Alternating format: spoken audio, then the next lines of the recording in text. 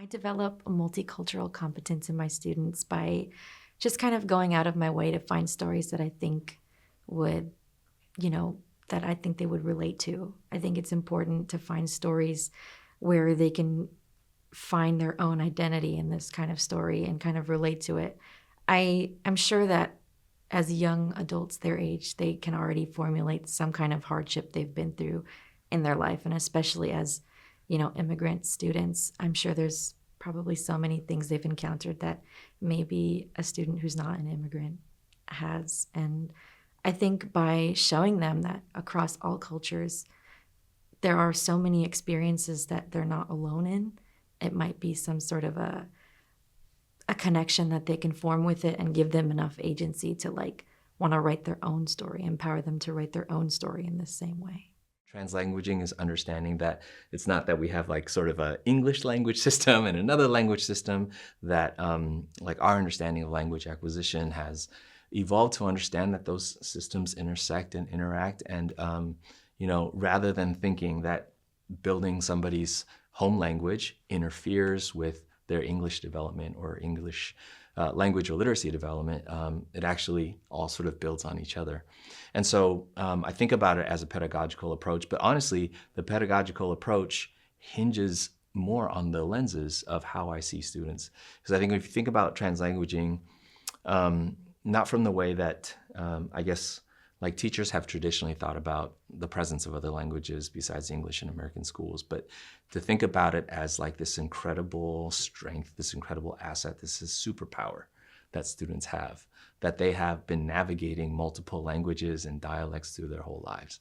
And that they naturally do that. And so rather than our classrooms being built to sort of squeeze that out of them, to diminish them, but to recognize that it's an asset and to figure out how to sort of responsively build on that strength, then you enable the superpower to do a lot of good. We often have I think, a shared stance that what we want to do, or what we want to set out to do is offer access, right? That language can be, and then often the phrase language barriers, right? And so by teaching English, we are offering greater access to content and to learning and removing barriers. But something I've come to reflect on in my own is even within the space of English language classes, how whether explicitly or implicitly, holding the expectations that students will only be communicating in English in the class, or this is their designated space to develop their literacy and communication skills in English. That in a way is also maybe creating a barrier or a lack of access to all of the linguistic repertoire, right, that a student brings with them into the room. And quite literally seeing students who are bridging, between languages, having a hard time navigating the space because of some feeling that they could not use their home language or it had to be in secret, or if they were lucky enough, honestly, to have maybe somebody who they can communicate in their home language and could help them navigate the room. So in observing that and sitting uncomfortably in that, in what I was seeing, and then learning about translanguaging, this bigger concept, I thought, yeah, really, I myself am bilingual. I learned Spanish first, actually, and went through school that did not have ELD, and so what we naturally, I think, just like water flows, would use any way we can express ourselves to build ideas. And if the work is robust enough and rigorous enough, you would need all of the ways that you can express yourself, both linguistically and, it's in writing, it's in speaking, it's in visualization, all of it, to you have to leverage all of that in order to be able to engage in rigorous work. I see students enjoying reading, and and I walked up to almost every table, and I asked, "What are you reading?" And they were able to tell me, and what they were reading about at that time, and what the activity that they were doing at that table at that time, and how it connected. If they were able to talk us through, myself and parents, talk us through the activity.